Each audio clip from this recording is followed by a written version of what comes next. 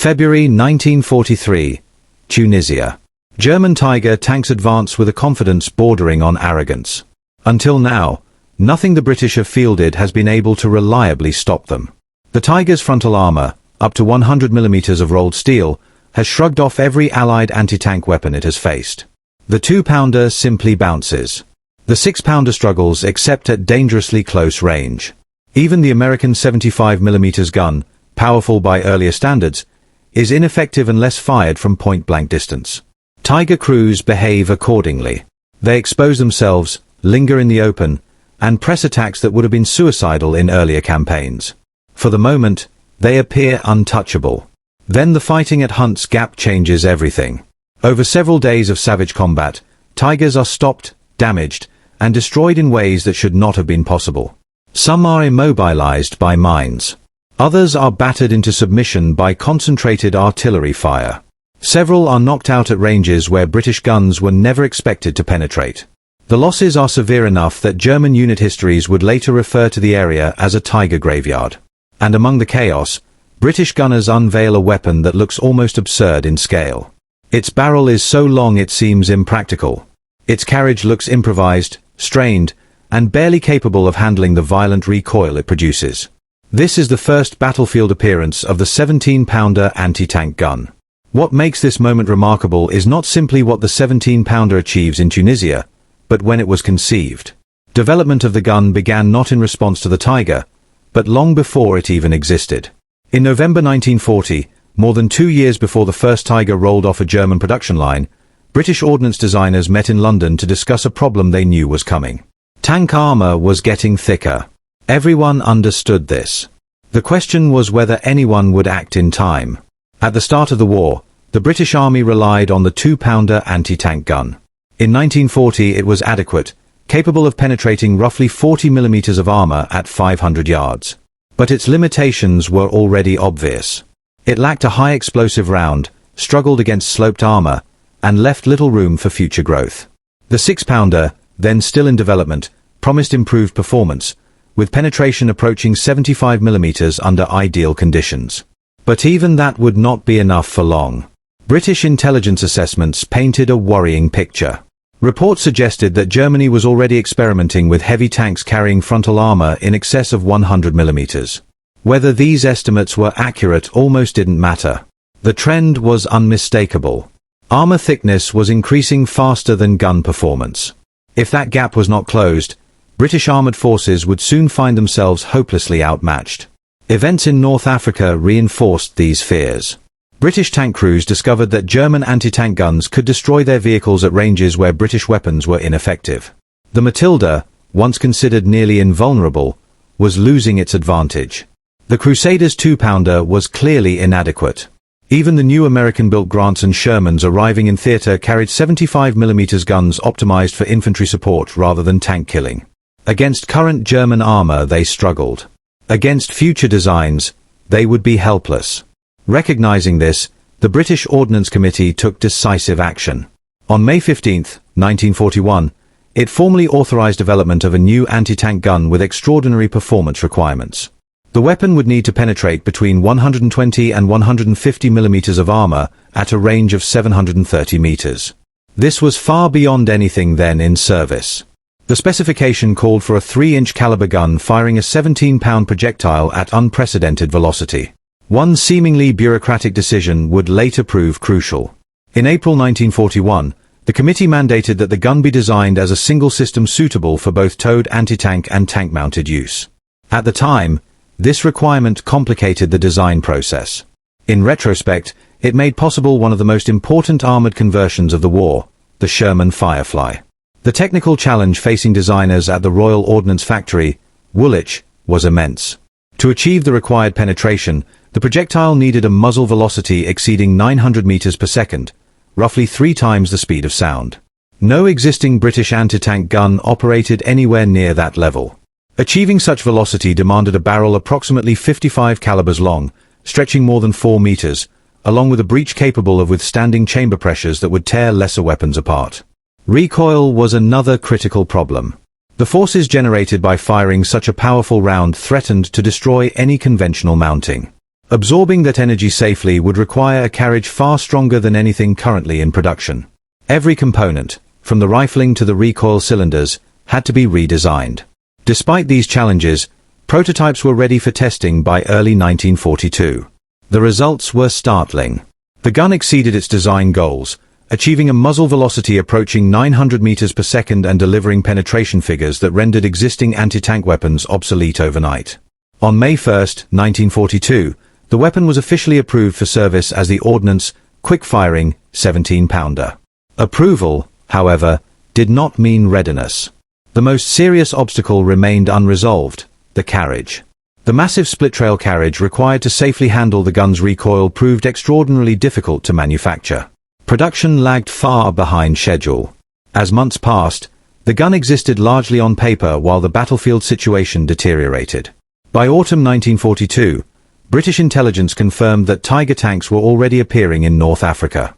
The very threat the 17-pounder had been designed to counter had arrived early. British forces urgently needed the gun, but the proper carriages simply did not exist in sufficient numbers. Waiting was not an option. The solution was pure wartime improvisation. Engineers mounted the 17-pounder barrel onto the carriage of the 25-pounder field gun, creating a hybrid weapon officially designated the 17-pounder on 25-pounder carriage, but universally known by its nickname, Pheasant. The 25-pounder's box-trail carriage had never been designed to handle such extreme recoil. Every shot pushed the system to its mechanical limits.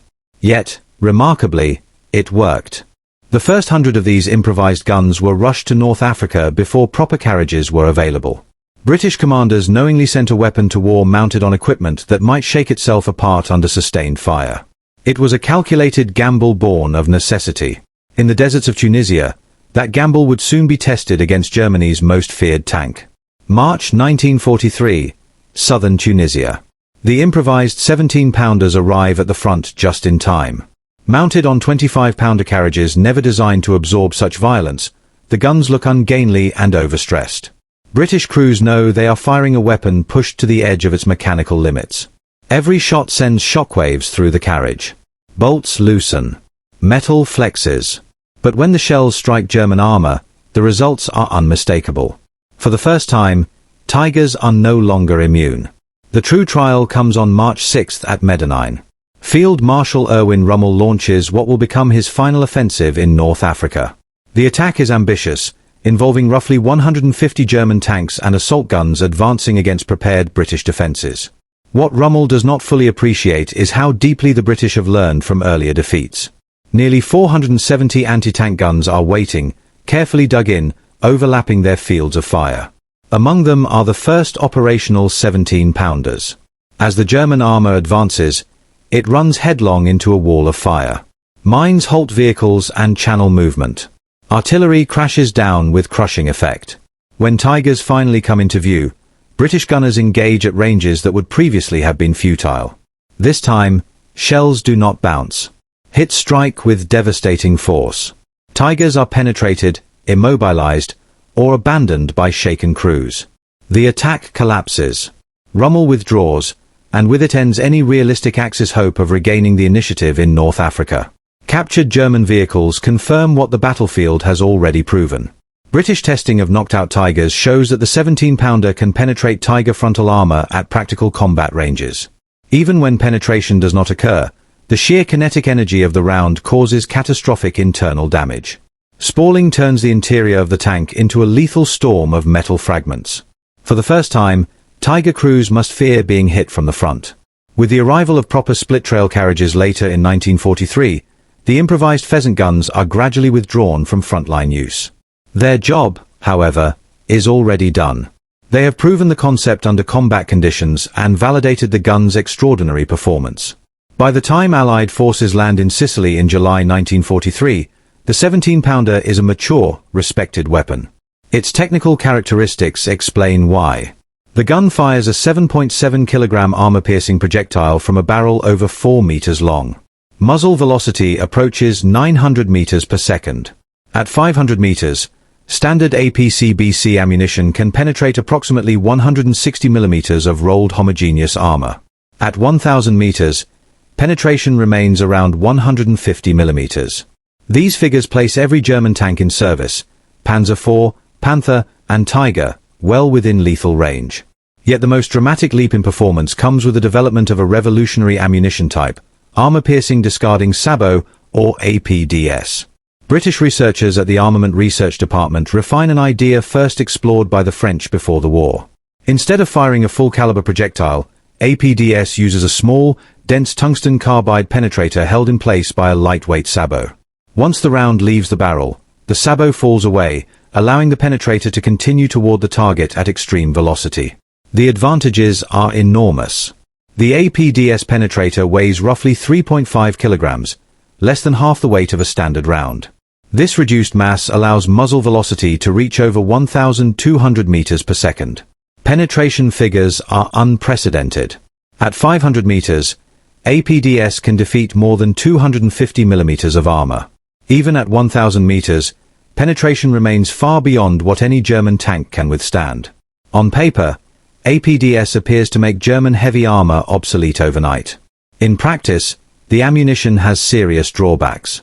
Accuracy suffers due to poor sabot separation, and dispersion increases significantly at longer ranges. Ammunition supply is also limited. Tungsten is scarce, and production never meets demand.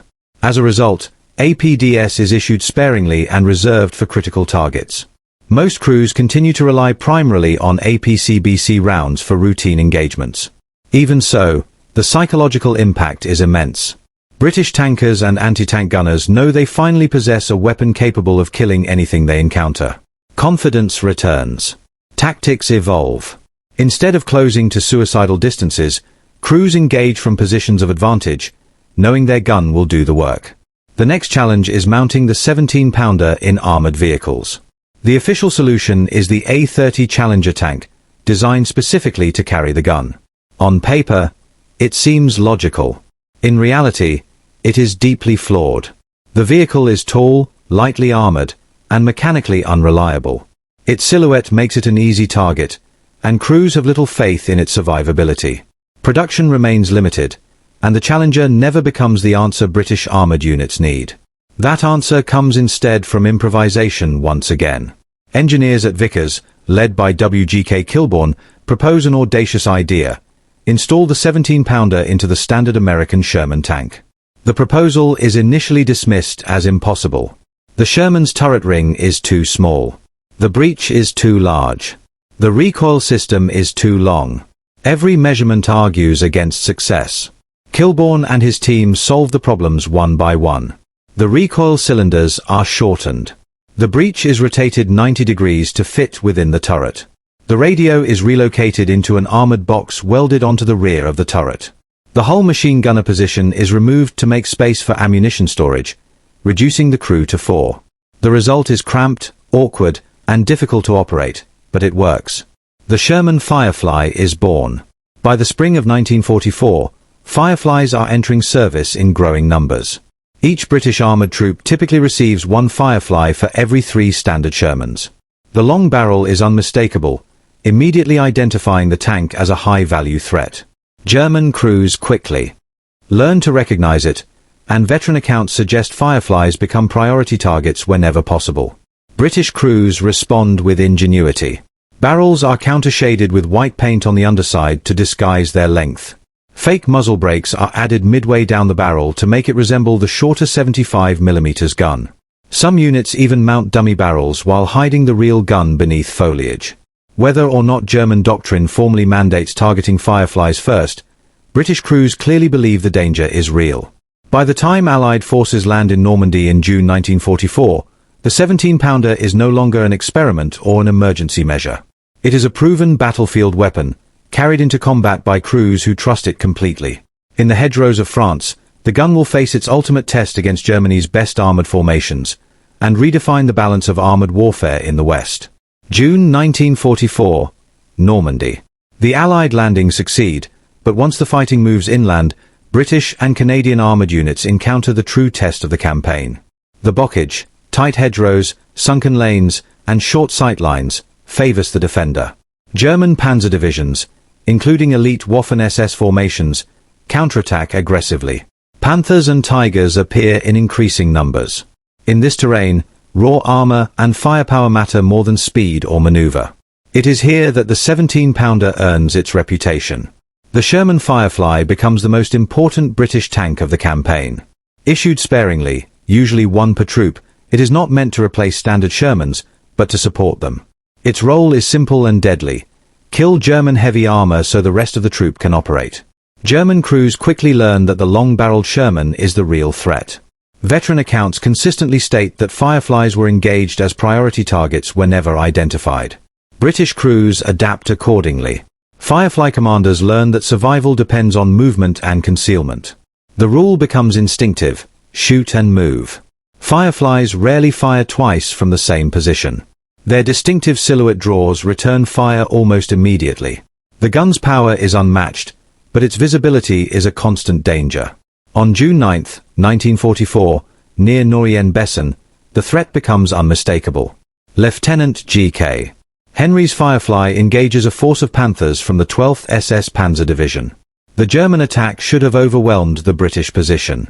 Instead, Trooper Chapman, Henry's gunner, destroys 5 Panthers with just 6 rounds.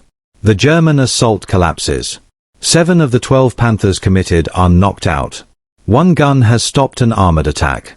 5 days later, near Lingevres, Sergeant Harris of the 40th 70th Dragoon Guards demonstrates the tactical flexibility the Firefly allows. Engaging Panthers near Tilly-sur-Seulles, Harris repeatedly changes position between shots, avoiding return fire while destroying 5 German tanks. His actions are later documented by the Imperial War Museum. These are not isolated incidents. They reflect a pattern repeated across Normandy.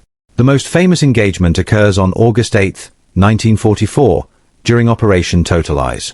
Near Saint-Aignan-de-Cremesnil, a Firefly of the 1st Northamptonshire Yeomanry, named Velikaluki, spots German Tigers advancing along Route National 158.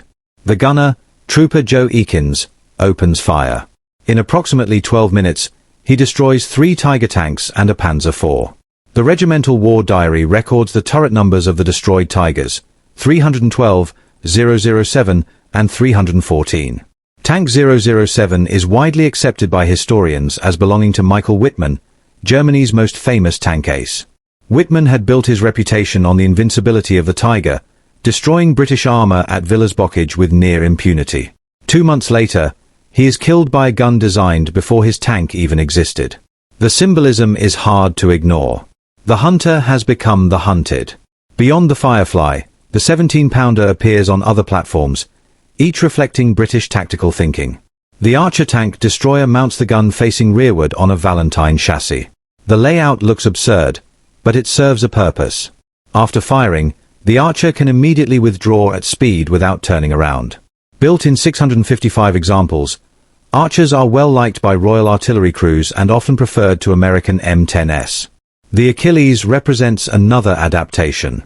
American M10 tank destroyers are refitted with a 17-pounder, replacing their original 76mm gun. Around 1,100 are converted. This makes the Achilles the second most numerous armored vehicle to carry the gun, after the Firefly. Comparative trials explain why the 17-pounder inspires such confidence. Against the American 76mm M1 gun, the British weapon penetrates roughly 118mm of armor at 1,000 yards, compared to about 89mm for the American gun. Against the German 88mm kilowatt K36, the Tiger's own weapon, the 17-pounder actually penetrates more armor at comparable ranges. British crews facing Tigers often carry a gun more powerful than the Tiger itself. Soviet evaluators test the 17-pounder at Gorokovets Proving Ground and conclude that its performance matches their own 100mm BS-3 anti-tank gun. This is significant praise from an army with immense experience fighting German armor on the Eastern Front. The weapon is not without flaws. APDS ammunition suffers from poor accuracy due to inconsistent sabot separation. Field modifications to muzzle brakes improve performance, but dispersion remains an issue throughout the war. As a result, most crews rely primarily on APCBC rounds, using APDS only when absolutely necessary. Myths also persist. Claims that Germans always targeted Fireflies first are difficult to prove conclusively, though German manuals do acknowledge the threat posed by long-barreled Shermans. What is beyond debate is the psychological effect. German crews fear the Firefly, and British crews trust it. By war's end, approximately 15,000 17-pounders are produced in all variants. Over 4,000 armored vehicles mount the gun. The towed version weighs around 3 long tons, requires a crew of 5 to 6, and can fire 10 aimed rounds per minute. The gun continues to serve after the war, seeing action in Korea and remaining in use with several armies into the 1980s. Its greatest legacy lies in what follows. The British Centurion tank is designed around the 17-pounder from the outset. Though it arrives too late to see combat in Europe, it carries forward every lesson learned from Tunisia and Normandy. The emphasis on high-velocity firepower leads directly to the development of the L7 105mm gun, which becomes the NATO standard in arms tanks across the world, including those of former adversaries. The story ends where it began, Tunisia, February 1943. Tiger crews advanced believing themselves invulnerable. Nothing in Allied service could threaten them from the front. They were wrong. In a London meeting room more than 2 years earlier, British engineers had already anticipated the problem and begun building the solution. The 17-pounder looked oversized because it was meant to be. The improvised carriage looked wrong because desperation demanded speed over perfection. This was not luck. It was foresight, engineering discipline, and the willingness to gamble when waiting meant defeat. German engineering produced the most feared tank of the war. British engineering produced the gun that killed it.